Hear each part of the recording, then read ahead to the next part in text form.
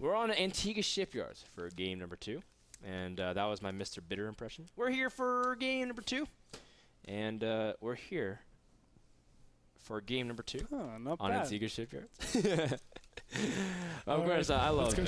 I've been spending so much time with Ben, and he's just such a great guy. I like him a lot. But I also like PuMa. We spent the weekend with him. He's a really funny guy. Now, ClouD, he played the first 15 minutes of that game very well on Shire Temple. Agree or disagree? Yes. Okay, and he had that advantage going to the mid-game. Agree or disagree? Said yes. Okay. Yes, so, yes, yes. As we get ready to go into game number 2, Andre, besides sensor towers, do you think any other moves that ClouD has to fix for game number 2? Nope. So just reading his opponent's movements was... Well, I mean, ClouD was in a huge advantage. I don't think a lot of people would disagree with that. Taking center control and having the Marine advantage at that current state. Yeah, you know, after the first too. trade. Having the upgrade advantage with killing that engineering bait, that was huge. That was monumental. That was monumental. That was prodigious. It was. And I read that without the sheet. I know. Wow. It was paramount. It is. It was paramount. It was monstrous. Guys, in the bottom left, we have ClouD from Team Alternate Attack, ATN. And but seriously, it was like ClouD was ahead. He was. I mean, I wouldn't say he was like so far ahead he couldn't lose, obviously. No, but he had a decisive advantage. It was his game to lose at that point. It was. I really felt like he could have just kept his opponent. Here's another way to do it: keep your opponent on 4 base. If it was tennis, it was deuce, and ClouD had the advantage. Yeah.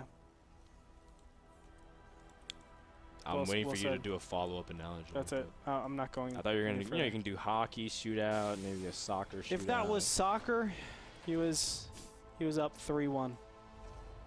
Wow, that's pretty harsh, actually. If that was soccer, that best they can tie. If that was soccer in Youth 6, he was up 3-1. I have no idea. I don't know what Youth 6 is. It's okay, Andre. 6-year-olds playing. Oh, okay. Because everyone's a winner. Bro. Everyone's a winner. I got you. No worries, man. Andre, I know you think about 6-year-olds all the time. Guys, we have both players. Even go there. Don't even go there. We have both players now starting to deviate builds in a little bit. PuMa has his first refinery. ClouD doesn't have anything at this point. He's going to go for a really fast expansion. Now, Antigua Shipyards is ClouD's choice. Another map that can actually divide pretty easily, but the hard thing is defending exterior expansions, especially past 3 base. Drops and whatnot get really big, so sensor towers are key. Agree or disagree? Agree. I think sensor towers are so important in every matchup. They should be utilized. It's like saying a warp prism should be used every single game. It's just theoretically it should, but I guess I think SCV should be in every TVT. I can make that assumption.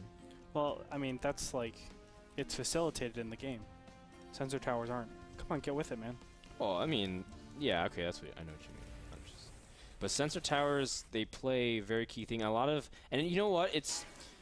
You have the flexibility to do it too, because a lot of times in that build, you can see how rampant gas count is. And of course, everyone says, the gas counts for later when they do for the epic switches to battle cruisers, Ravens, Vikings, whatever you want to call it, into late game at TVT. But a couple sensor towers saves you the heartache of having to rebuild your base, lose workers, even lose your economy completely.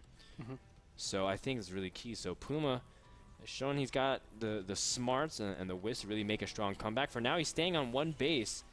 Gonna go for classic 1-1-1. Now, last time we were on this map, we saw Braddock go up against 1-1-1 and completely migrate to a separate part of the base. And awesome. On this map, it's a little bit harder to do it. From these positions that ClouD's in, but he could still do it though. He could still do it. He could still do it. PuMa won't fall victim to that again, I don't think. Yeah, he won't because he's going for a command center directly after this Banshee. Now he's going Cloak Banshee, and we have the very standard engineering bay timing at 6 minutes. This is normal because around 7 minutes the Banshee actually gets into your base. You can see 6:30. Banshee is on its way over. And we see the turrets finish just in time, if they actually be made. They're not. ClouD is playing this a little bit too greedy. because he doesn't have any scouts on his opponent. Yeah, and I think at this point, ClouD, he's trusting his opponent a little bit too much, because... Well, he's trying to play super greedy. I know. That's all. That's because the Marines are indicative of you know, some sort of Banshee possibility. And look at that, scan from PuMa, and he sees everything. And when he sees 3 racks and an engineering bay, PuMa knows exactly the way ClouD opens. Yep, and there it is. The cloak is initiated. And look at that, ClouD went stim. So, oh no, he went combat shield already. I'm sorry. Yeah, so at this point, ClouD... I think ClouD is look at this. He's trying to see if he can deal with that Banshee, but another scan trying to see if he can pick it off. But PuMa he's been doing a pretty good job harassing thus far. But ClouD's also been a good job holding off. How much damage does PuMa really need to do here? He's already done plenty of damage. 10 workers are killed. That's more than enough. I don't know actually the exact SCV amount, but 10 seems to be an alarming number for this period in time. Let's look at the income tab, 30 to 29. The worker advantage obviously going to PuMa, but the big thing is that PuMa has not only like great Banshee continued harassment, but he also has units in key locations. Marines and siege tanks are in the middle of the map that allows him to do like a pseudo 1-1-1. It is like a 2-base 1-1-1, but still he's able to Banshee. Nah, Banshee's okay. PuMa's showing good Banshee control this time, unlike when he played against Braddock, but keeping those Banshees alive will prove to be... It pays off a lot, especially if PuMa goes for any kind of follow-up push. But for now, he's just going to macro off here, killing off enough workers, like you said, to really get that advantage. That said, the big thing is also PuMa has center control, which is really key. Yes. When he gets siege mode, he is going to be able to really force his way in here. Antigua Shipyards, you can do some pretty funky things with this small little ledge jutting off the side of ClouD's base. And I guess at this point, ClouD feels very vulnerable. His first few medevacs are out into the field, but with this push coming from PuMa, can he really hold it off here? I think he can. Stim is almost finished, and his medevacs are out on the field. Or his medevac is out in the field. But he needs to be careful. He doesn't want to stim into just random units. SCVs are being pulled at this point as well. This is a little bit tough. I think he should actually just evacuate here and go and cut the supply. Get a couple of Marines over on this side and just stop any units from actually continuing on. Because you have stim, you know you're going to outrun your opponent, so don't even bother with this. But no, he's going to go for the big push. A massive stim. PuMa doesn't finish the bunker, but he's got 3 tanks, and ClouD has to get in a great position here in order to take it on. He does flank around, and PuMa doesn't really have the amount of units left. He's got 1 Banshee left.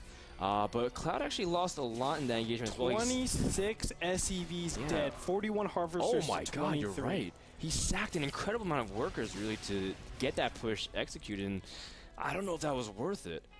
It's tough. Now, PuMa, it will be defensive for the rest of this game until, well, I shouldn't say the rest of this game, until Stim and Combat Shields is actually up. That's the key thing, but ClouD needs to do something before Stim and Combat Shields are actually done. Yeah, and ClouD's going to try to go for a counterattack, realizing PuMa is very vulnerable. He scans, trying to see if he can elevate her in, and PuMa has his tank immediately sieged up in his main as well, sensing something's wrong. And you can see the first Marines are dropping behind the smoke screen. PuMa not paying attention to that side of his base, and he's going to have to defend here as well. Get the tech labs. Oh, big shot of siege tank fires actually hits all the Marines right there. And wow, PuMa might be able to clean this up seamlessly. Yeah, another pot shot there. Very well done. The siege tank has served its purpose multiple times over, and ClouD is forced back. Oh man, ClouD misses a pretty big time. And look at that, Combat Shields was on this one, so he could have taken out Combat Shields and delayed his opponent even more. Again, if you take out this tech lab, it basically says, PuMa, don't do anything until you get your main upgrades. But for now on, I mean, ClouD, he's behind. Income tab shows 49 to 31. That economic boost will give PuMa the advantage. You know, about 2 minutes down the line, you're going to see the income disparity, not the income disparity, the supply disparity just increase more and more. And it's going to be in favor of PuMa. And ClouD sees this expansion attempt from PuMa to grab his third base, but he's fallen back. at least for buy time for a little bit. Let's take a second and look at what just happened, a critical moment in this game. You can see that immediately the SCVs are leading the pack, which you need to do, and ClouD got a pretty good concave on the front half. But look at the tank positioning, forcing the Marines to go all the way around what I call the Diamond of Doom. And if you can get a great position like that, PuMa was able to really take out a huge chunk of those Marines. Yeah, let's go back to the live now. We did have nothing really go on, just ClouD massing up in the middle of the map. That is correct for what he is supposed to do. Obviously, these Marines need that mobility, the ability to potentially flank, to do a little bit harass if his opponent is out of position. I like what PuMa is doing as well. He has siege tanks back here, he has Marines back here as well, just waiting for his stim and +1/+1 to finish as well. And look at it, there it is, the winning move. You see it, Frodan? Yeah. The sensor tower. The sensor tower. It's sensor towers are like map hacks. Well, that, but it's also like in Map Nexus hacks. Wars when you get the pylons up, and then you just start getting an insane amount of income, and from there you can never lose if you get the pylons. Exactly, man. You don't know what I'm talking about. You never played Nexus Wars. Keep upgrading the pylon. Oh, you do know. Just Yeah. kidding. You do. Yeah, and then when you play 1v1, you only make pylons. Yeah, and you just could destroy everything. Yeah, It's and so your funny. opponent makes like a Zergling, like a nub, and you're just like, I'm just going to kill it with my 4 SCVs I know. So and get a huge advantage. Actually, I can own you at Nexus Wars, Frodan. All right, well, we'll 1v1, go. I'm not that good at Nexus Wars. Oh. I'll readily admit that. Oh, PuMa is going to confront these Marines directly and get eliminated. So, but another scan puts ClouD a little bit further behind, just because he's down in workers, and he's had his third orbital command for a lot less duration, so he doesn't have as much energy. Now you can see the supply disparity right now, as I was saying before.